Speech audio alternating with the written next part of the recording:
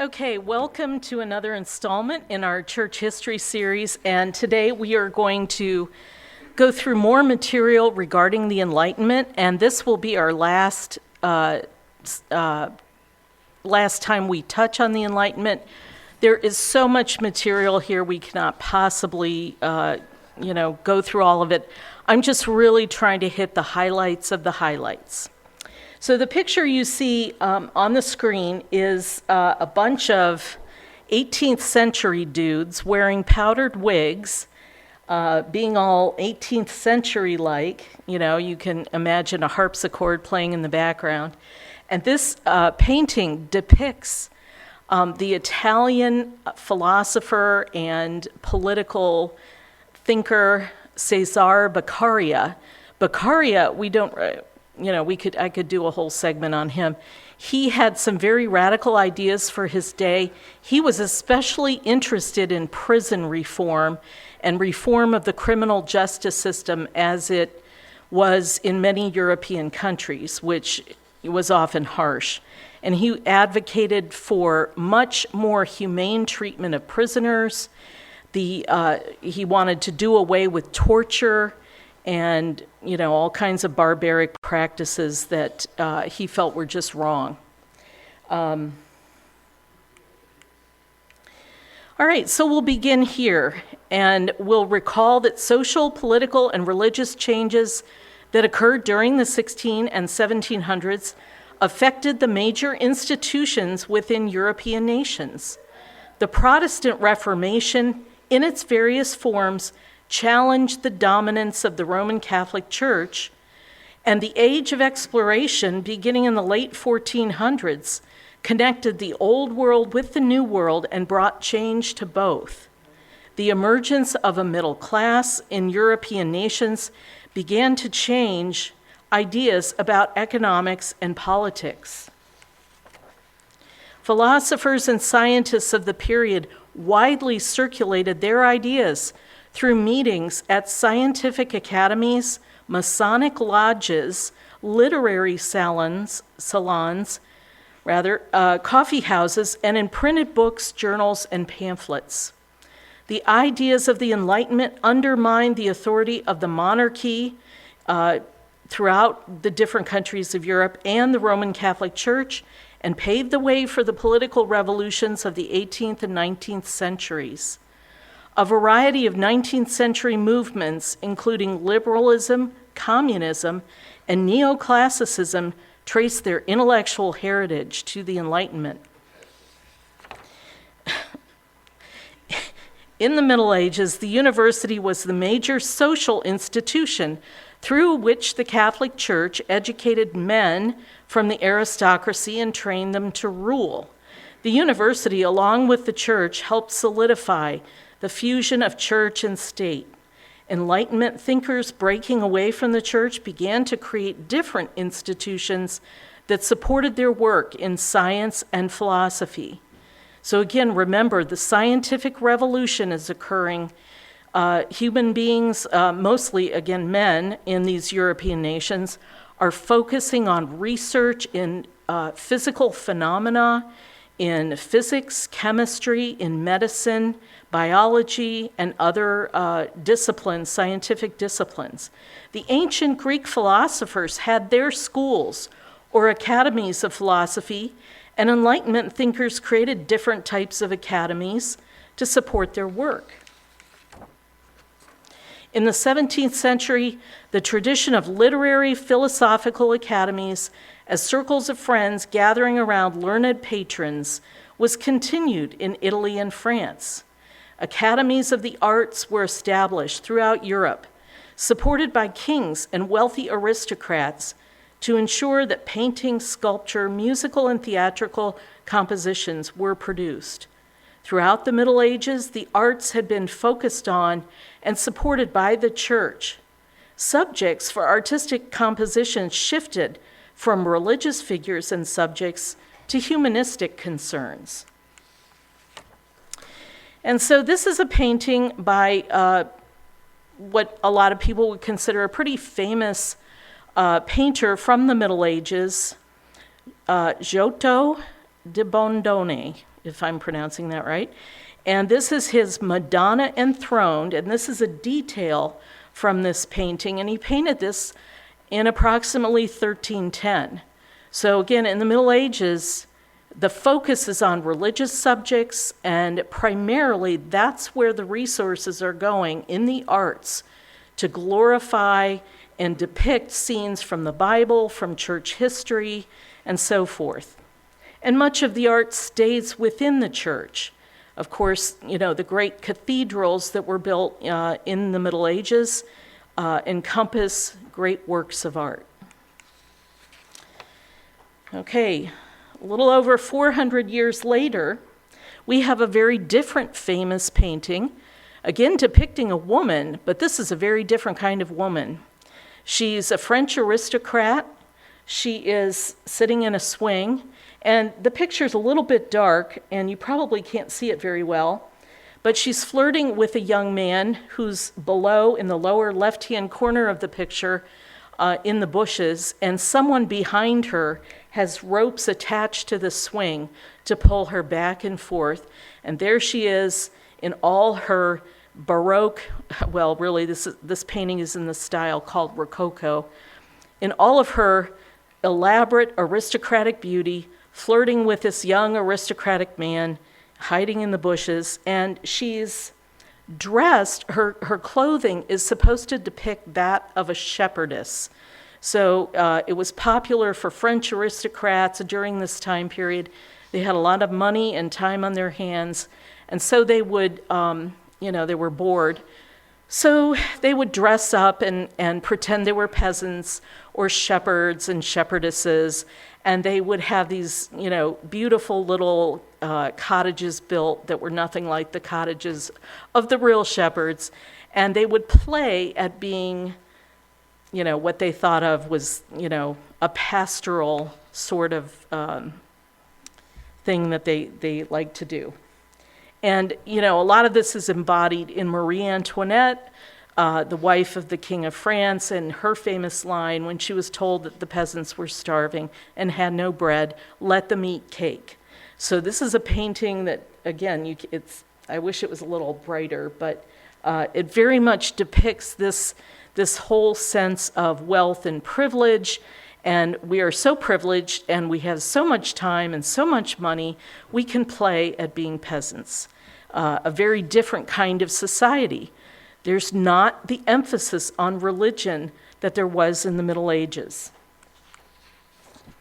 Linguistic academies were created to support national literature and ensure literary and linguistic standards for European languages.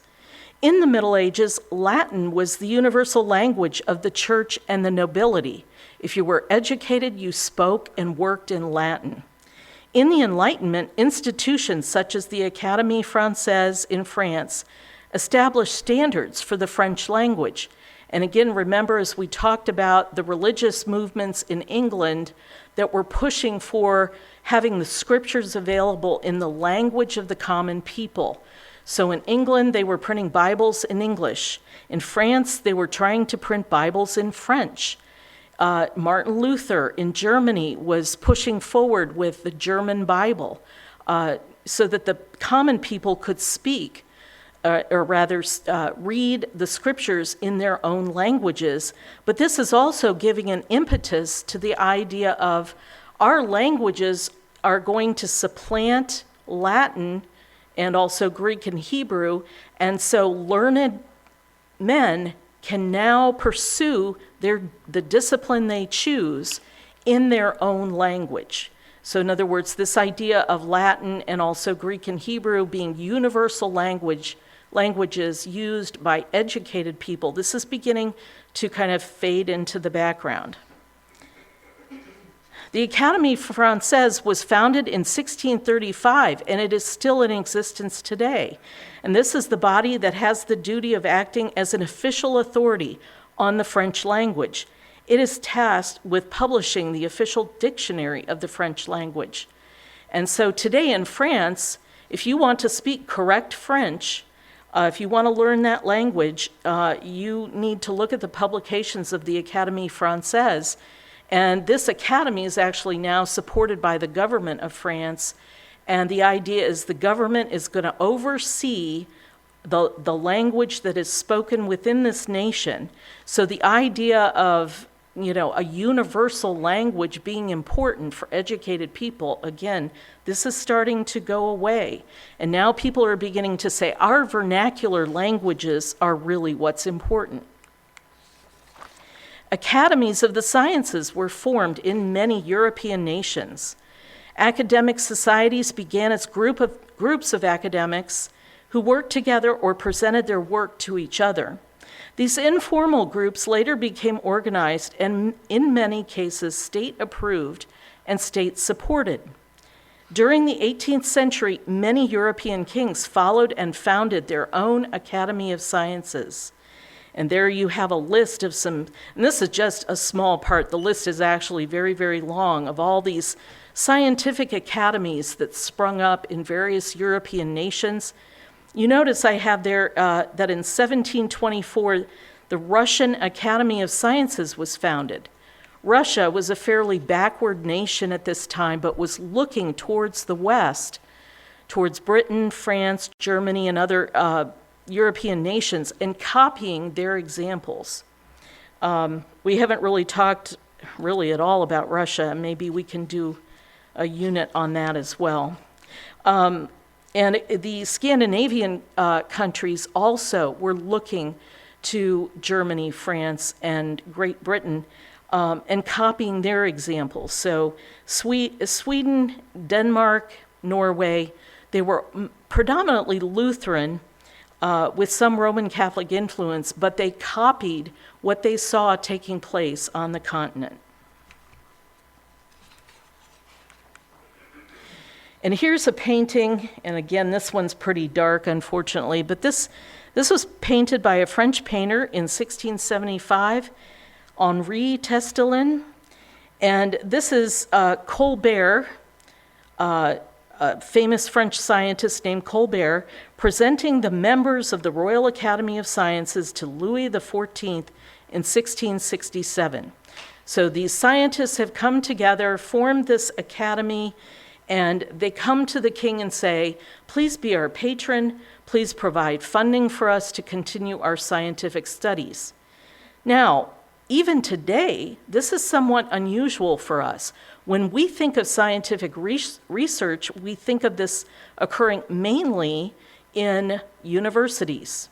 And the universities were still in existence, of course, and scientists were continuing to work and teach in universities. But the emergence of the academies was truly a different phenomenon, and they were largely state-supported. The kings saw these academies as adding to the prestige of their nations. The French really wanted to be pioneers in the sciences, and the king was very much, in favor of this academy and supporting it. While intellectual life and the arts were flourishing in secular society, the prestige and importance of the Roman Catholic Church was diminishing in these areas. Humanistic ideas, rationalism, and free thinking were championed in many circles, but this left room for less rational and, in some cases, occult religious ideas and practices. Freemasonry, or Masonry, refers to fraternal organizations that trace their origins to the local guilds of stonemasons that from the end of the 13th century regulated the qualifications of stonemasons and their interaction with authorities and clients. So in the Middle Ages, there are guilds.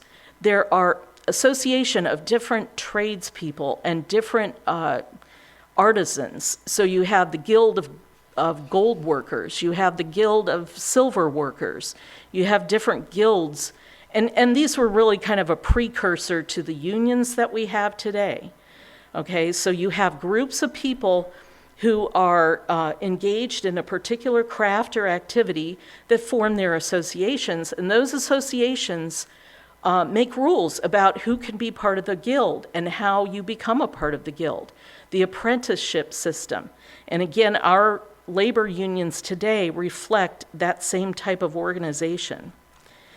So these stonemasonry guilds what do they do now that the great cathedrals have been built and there aren't any more being built? And some of the great buildings of the Middle Ages, they're just not producing those in this time period. So Freemasonry transitioned from being associated with stonemasons and cathedral builders and their guilds. With the decline of cathedral buildings, some lodges of operative or working masons began to accept honorary members to bolster their declining membership.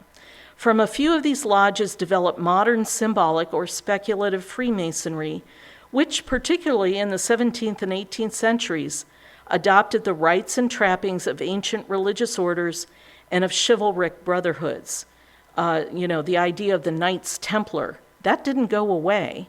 Along with the Freemasons, these orders or groups, these, I guess you could call them clubs, transitioned into being something different. And as we'll see, became involved with some occult stuff. So Freemasonry spread widely throughout Europe, Great Britain, and the Americas in the 1700s. And it came to mean the teachings and practices of the secret, fraternal, men-only order of free and accepted Masons, the largest worldwide secret society. Freemasonry has, from its beginnings, encountered considerable opposition from organized religion, especially from the Roman Catholic Church and from various national governments. Freemasonry is not a Christian institution, though it has often been mistaken for such. Freemasonry contains many of the elements of a religion. Its teachings include morality, charity, and obedience to the law of the land.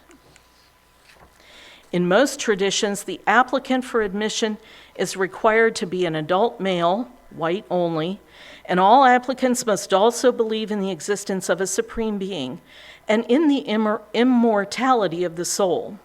In practice, some lodges have been charged with prejudice against Jews, Catholics, and non-whites. Freemasonry in Latin countries has attracted those who question religious dogma or who oppose the clergy.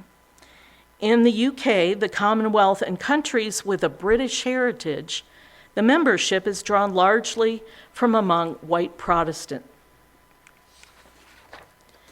Another occult religious movement is Rosicrucianism. It had its origination in the 17th century and has German and Lutheran roots.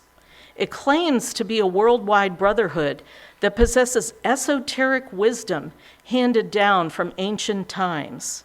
The name derives from the order's symbol, a rose on a cross, or a cross, sometimes it's a cross and a rose, which is similar to the family coat of arms of Martin Luther, and it is also somewhat similar to what's called the Lutheran rose. And I'll have a picture for you here in a moment. Rosicrucian teachings are a combination of occultism and other religious beliefs and practices, including Hermeticism, which is an Egyptian religion, Jewish mysticism, and Christian Gnosticism. The origins and teachings of the Rosicrucians are described in 3 anonymously published books that have been attributed to Johann Valentin André, a Lutheran theologian and teacher who wrote the utopian treatise Christianopolis in 1619. In other works, André recounted the travels of Christian Rosicrucius, the supposed founder of the group, who is now generally regarded as a fictional character rather than a real person. So essentially, this guy, André, invented this religion, and he wrote these books in which this figure, Rosicrucius, who was supposedly born in 1378, lived for 106 years, and supposedly he discovered the esoteric secrets that form the basis of Rosicrucianism in North Africa and the Middle East.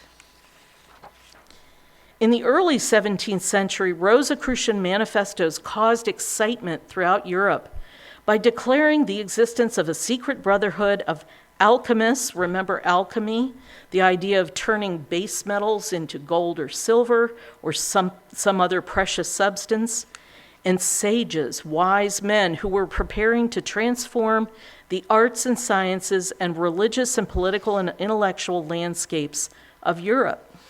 During a period when wars of politics and religion ravaged Europe, the hope that Rosicrucianism inspired was attractive to many. The works were reissued several times, followed by numerous pamphlets, favorable or otherwise, and between 1614 and 1620, about 400 manuscripts and books were published, which discussed the Rosicrucian documents. Central to Rosicrucianism is the symbol of the rose cross, or the rosy cross. It is based not on the cross of Christ, but on the Egyptian symbol for life, the Ankh, with a rose in the middle. According to a prominent Rosicrucian, the rose was sacred to Aurora, goddess of the dawn, and the sun. It is a symbol of dawn, the resurrection of light, and the renewal of life, and therefore of the dawn of the first day, or the resurrection. The cross and the rose together are a hieroglyph to be read as the dawn of eternal life, which all nations have hoped for by the advent of a Redeemer. So, it's pretty clear, I really wouldn't recommend researching Rosicrucianism too much. It's got some pretty bizarre beliefs, but you can. And you will see there's a lot of elements of Christianity woven in with the occult stuff, but they always point away from Christ, the finished work of Christ on the cross. So here you can see Luther's rose. Okay, so this is a symbol that Lutherans have used. And if you go into some Lutheran churches that have stained glass windows, sometimes Luther's rose is pictured in the stained glass. Here's the Egyptian Ankh, or key of life. And then here is the Rosicrucian symbol, or the rosy cross. So the cross is inside the rose. Sometimes they depict it as the cross is big and the rose is in the center of the cross. But often you will see the letters RC. Now, I stumbled upon this cult a few years ago. I read a lot of stuff on the internet and do research on different topics. And I looked at this and I was like, what is this? And I saw the letters RC and I thought, are Rosicrucians actually like a society within the Roman Catholic Church? The letters R and C suggested to me Roman Catholic. I was wrong. It doesn't have anything to do with Catholicism. It is not a society like the Jesuits, for example, within the Roman Catholic Church. Okay, now we're going to turn to Deism, and we will be talking also about a very famous Enlightenment thinker, John Locke, whose ideas had a profound influence not just in Europe, but in the colonies that were settled by Great Britain in the New World in North America. And his ideas had a huge impact on the founders of the United States. So deism is the philosophical position and rationalistic theology that rejects revelation as a source of divine knowledge and asserts that empirical reason and observation of the natural world are exclusively logical, reliable, and sufficient to determine the existence of a supreme being as the creator of the universe.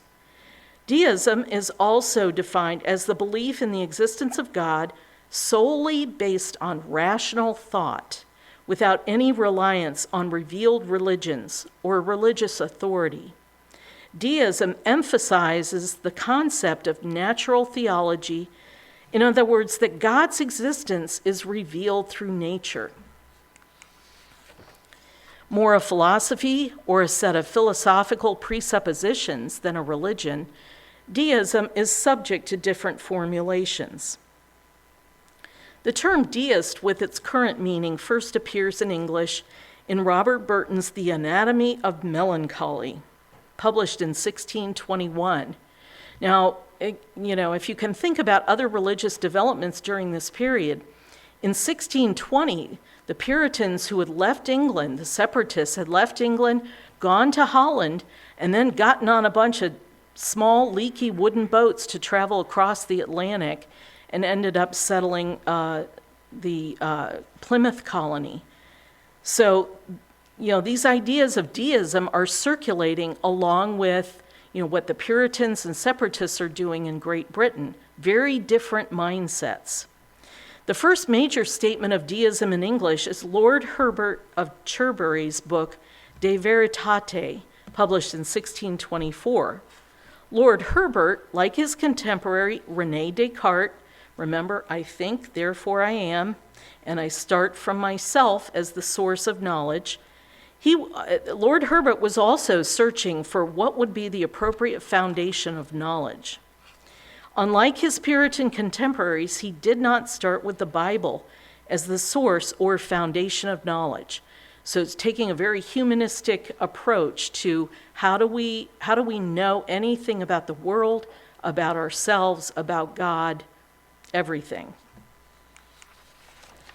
Herbert distinguished truths obtained through experience and reasoning about experience from innate truths and from revealed truths.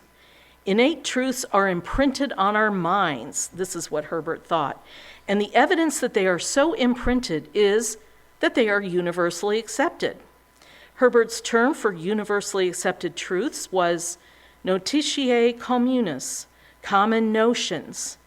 When it came to religion, Herbert believed that there were 5 common notions. There is one supreme God. He ought to be worshiped. Virtue and piety are the chief parts of divine worship. We ought to be sorry for our sins and repent of them. Divine goodness dispenses rewards and punishments both in this life and after it. Now, this is a very different formulation than the Puritans would come up with. And it doesn't talk really about salvation per se. It does refer to the fact that, we have sins and we should be sorry for them and repent of them, but there is nothing in here about salvation from sins. So Herbert was an early deist and did not have many followers. Later, the appearance of John Locke's essay concerning human understanding, published in 1690, marks an important turning point and a new phase in the history of English deism.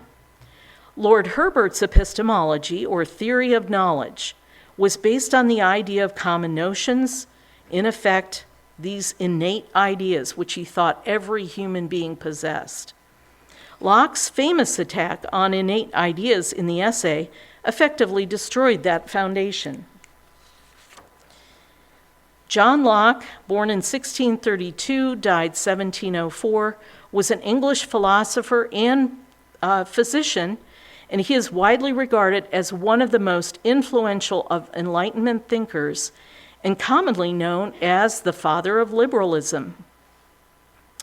One of the first of the British empiricists, he followed the tradition of Sir Francis Bacon in advocating for the scientific method. His work greatly affected the development of epistemology, or the philosophy of knowledge. And this is a branch of philosophy that tries to figure out, how do we know that what we know is true? He was also, he did a lot of work in political philosophy.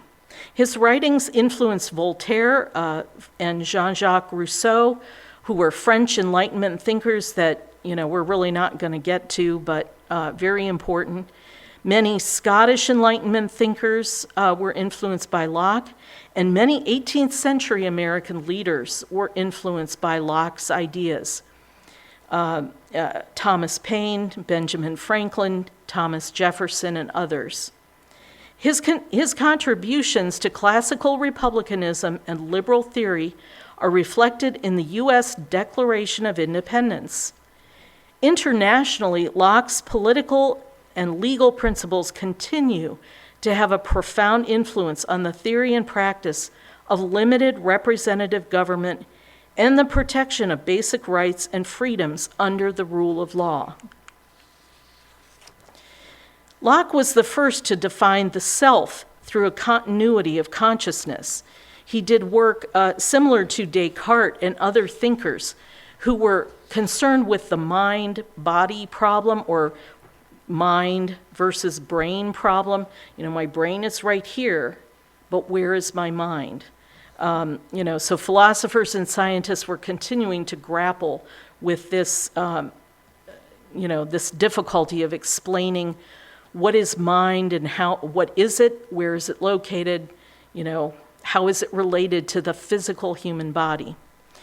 He postulated that at birth, the mind was a blank slate, or tabula rasa. And this is a very popular idea, which is, you walk up to people on the street, and some people will tell you, even to this day, I believe that when human beings are born, their minds are a blank slate.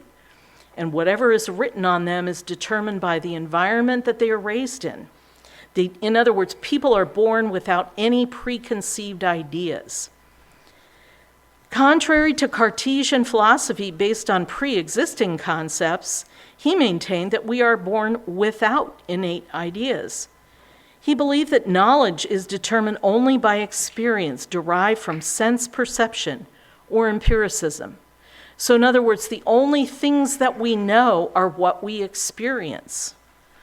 Born to Puritan parents, he was educated at Oxford. Locke studied medicine and became a physician. In 1666, he met Anthony Ashley Cooper, Lord Ashley, who had come to Oxford seeking treatment for a liver infection.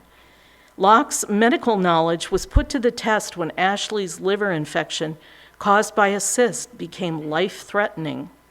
Locke assembled a team of physicians who persuaded Ashley to undergo surgery. And at that time, to undergo surgery was, incredibly dangerous.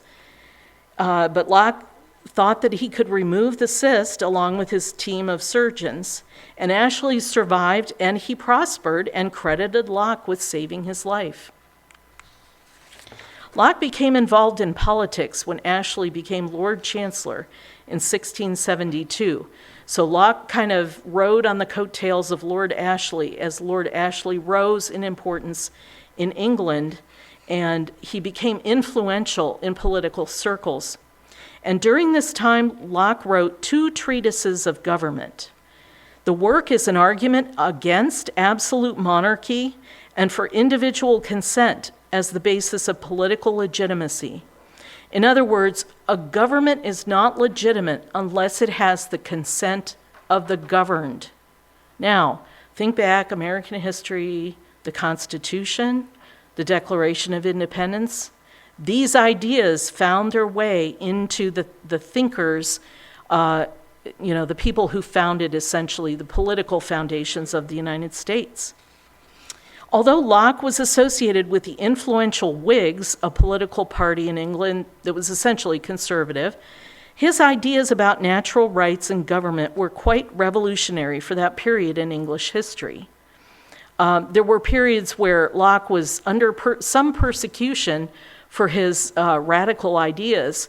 And like a lot of people who are persecuted, where do you go? You go to Holland, you go to the Netherlands, where there's a relative amount of political and religious freedom.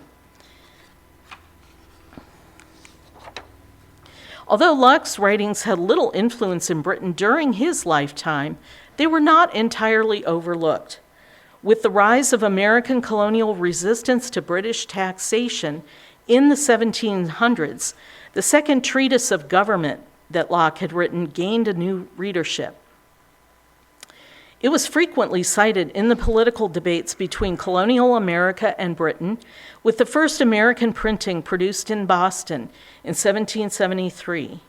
Locke exercised a profound influence on political philosophy, especially modern liberalism, and he advocated for the separation of church and state. His arguments concerning liberty and the social contract later influenced the written works of Alexander Hamilton, James Madison, Thomas Jefferson, and the other founders of the United States. One passage from the second treatise is reproduced verbatim in the Declaration of Independence in the reference to a long train of abuses. Such was Locke's influence that Thomas Jefferson wrote, "Bacon, Locke, and Newton. I consider them as the three greatest men that have ever lived, without any exception, and as having laid the foundation of those superstructures which have been raised in the physical and moral sciences." Locke, writing his Letters Concerning Toleration from 1689 to 1692, in the aftermath of the European wars of religion, formulated a classical reasoning for religious tolerance in which three arguments are central. Earthly judges, the state in particular, and human beings generally, cannot dependably evaluate the truth claims of competing religious standpoints. Even if they could, enforcing a single true religion would not have the desired effect, because belief cannot be compelled by violence. Now, the bolded type there is my addition. Coercing religious uniformity would lead to more social disorder than allowing diversity. Locke was influenced by English Baptist theologians like John Smith and Thomas Helwys, who had published tracts demanding freedom of conscience in the early 17th century. Baptist theologian Roger Williams founded the colony of Rhode Island in 1636, where he combined a democratic constitution with unlimited religious freedom. And by the way, Rhode Island was the only colony of the original 13 that had true religious freedom. The others did not. Williams' tract, The Bloody Tenet of Persecution for Cause of Conscience, published in 1644, was widely read in England and was a passionate plea for absolute religious freedom and the total separation of church and state. Locke's religious beliefs were primarily Christian, having been born into and trained in a society that was Christian, and his theology began as essentially Calvinist. But in the increasingly diverse intellectual climate in which he lived and worked, he shows elements of Socinianism, the idea that there is no existence of Christ before the incarnation, which is not an Orthodox Christian belief, and Arianism, also not an Orthodox Christian belief, that Jesus was not co-eternal with God the Father and thus eternally subordinate to him. Locke also argued that the idea that all Adam's posterity are doomed to eternal infinite punishment for the transgression of Adam was little consistent with the justice or goodness of the great and infinite God, which leans toward Pelagianism. Pelagianism is the idea that there is no original sin, that man can do good works and earn divine grace by his good works.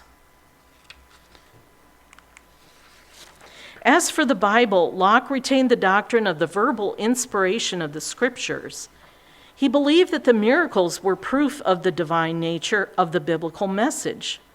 And Locke was also convinced that the entire content of the Bible agreed with human reason and published The Reasonableness of Christianity in 1695.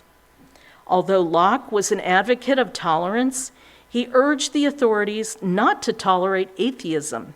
So we can tolerate other religions, but we cannot tolerate atheism, because he thought that the denial of God's existence would undermine the social order and lead to chaos. So that excluded all atheistic varieties of philosophy and all attempts to deduce ethics and natural law from purely secular premises. In Locke's opinion, the cosmological argument was valid and proved God's existence.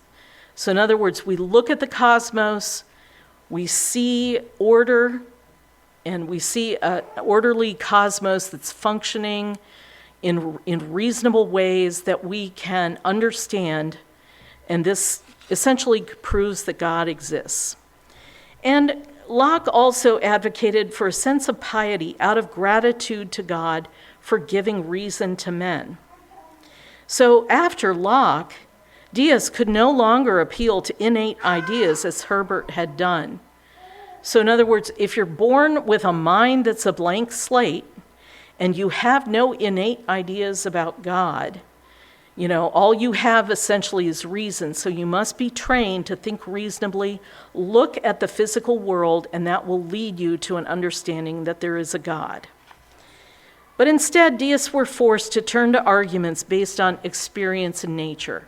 So all you're really left with, if human beings do not have these innate ideas, if they're not born with them, then they must be taught, they must be shaped, they must be molded. This provides an early basis for the idea of behaviorism. Under the influence of Sir Isaac Newton, they turned to the argument from design as the principal argument for the existence of God. John Toland's Christianity Not Mysterious, published in 1696, and the vehement response it provoked is the beginning of post-Lockean deism. So in other words, Toland is saying we need to get rid of all the mysterious stuff in Christianity, like the Trinity, which human beings can't fully comprehend. It's a mystery. We should get rid of that. Matthew Tyndall's Christianity as Old as the Creation, published in 1730, became, very soon after its publication, the focal point of the deist controversy. Because almost every argument, quotation, and issue raised for decades can be found here, the work is often termed the Deist Bible. Enlightenment deism consisted basically of two philosophical assertions. A, reason, along with features of the natural world, is a valid source of religious knowledge. And B, revelation is not a valid source of religious knowledge. And I bolded that because that is, of course, contrary to Orthodox Christian theology. God reveals himself to mankind.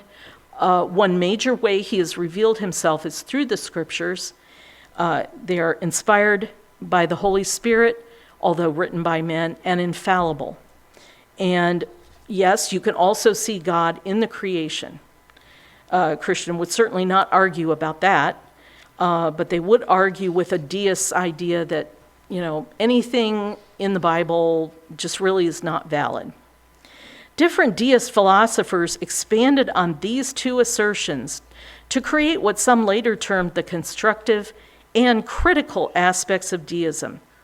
The constructive assertions that deist writers felt were justified by appeals to reason and features of the natural world, or perhaps were intuitively obvious. God exists and created the universe. God gave humans the ability to reason. Again, these are presuppositions. They can't prove them. They can't test them in a laboratory and subject them to the scientific method and prove that those presuppositions are true. They simply assert them. Critical assertions that followed from the denial of revelation as a valid source of religious knowledge, were much more numerous. They included rejection of all books, including the Bible, that claim to contain divine revelation. Rejection of the incomprehensible notion of the Trinity and other religious mysteries. Rejection of reports of miracles, prophecies, etc. The most natural position for deists was to reject all forms of supernaturalism, including the miracle stories in the Bible. The problem was that the rejection of miracles also seemed to entail the rejection of divine providence, or in other words, of God taking a hand in human affairs, something that many deists were inclined to accept. Enlightenment philosophers, under the influence of Newtonian science, tended to view the universe as a vast machine or a clock, as many people like to describe this idea. It's a clock, and it was created and set in motion by a divine creator, and it just continues to run, and it runs according to natural law without any divine intervention. And this view naturally leads to determinism coupled with materialism. In other words, there is no spiritual or supernatural dimension to the cosmos. And the supernatural or spiritual realm simply does not exist. Now, of course, if you take this approach and then you look at the Bible, you would have to throw a lot of the Bible out. And Thomas Jefferson actually did that. He wrote his own Bible. Or rather, Greg, was it just a New Testament? I don't remember. Yeah, it's Thomas Jefferson's New Testament.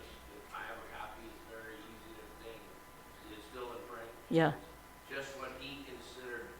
It's basically he eliminates all the miracles and just keeps the moral teaching, so it's very thin. Yeah, yeah. So, yeah, Jefferson's approach is we're just going to focus on the moral teachings of Jesus. He was a good moral teacher, and we're going to forget about all the miracles, casting out of demons, the resurrection. It's all out the window. Now, a lot of these ideas continue to circulate, and people believe them today. A couple of years ago, someone said to me in a totally different context, not here in church, but in a whole other setting, this person said to me, and this is a person who attended church regularly and was active in their church, and said, I don't believe that God gets involved in human affairs. There simply is no divine intervention.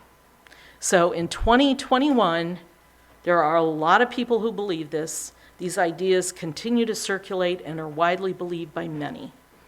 And they really do set the stage for later movements within both political philosophy and what would come to be known as psychology.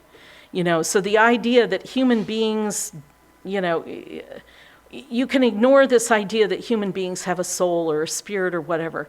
They're just like animals, and they can be trained like animals. And the whole idea of behavior modification. B.F. Skinner, you may have heard of Skinner. He was a prominent researcher, scientist, and so forth, who advocated these ideas about human beings. The behavior of human beings can be shaped by how they are trained, just like an animal. So these ideas are circulating throughout Europe. They are affecting, they're being spread through the whole world. They're being brought into the New World. Some of these ideas, especially in the realm of political philosophy, the idea of what type of government should we have, the idea that we should separate church and state, that people should not be persecuted for their religious ideas, even if they diverge from what the majority believe. A lot of us, might think, yeah, that's good, so that different people who practice different religions will follow different religions in peace without being persecuted. A lot of that was as a result of seeing the horrible religious wars that occurred in Europe really over centuries. The intense persecution of Protestants and also Jews. We really haven't talked about the Jews in Europe. We did talk about them in Spain. They were ejected from Spain in the 1400s by the Roman Catholic Spanish, who basically kicked out the Muslims and the Jews. So all of this, religious upheaval that people were seeing having taken place in Europe, people began to think, we must do something different. Certainly, separation of church and state has its issues. I'm not going to say it doesn't, because it does. But perhaps it's, certainly better for people to follow what they believe without being persecuted. Now, of course, that allows for perhaps harmful religious ideas to hold sway in some groups, but it's probably better than war and severe persecution. Well, that's all I have, and we're about out of time. I guess, if you have any questions, you can ask me, during the picnic or what have you. We don't really have time for a whole lot of questions, but I'm glad to take any question. If you'd like help researching these ideas, I can point you to some different sources. Again, I don't have a PhD in any of this stuff. A lot of my sources come from the internet, but again, most of this is widely available, general knowledge. We all know there was an English Civil War. There was a guy named Martin Luther. These are all, essentially in the public domain.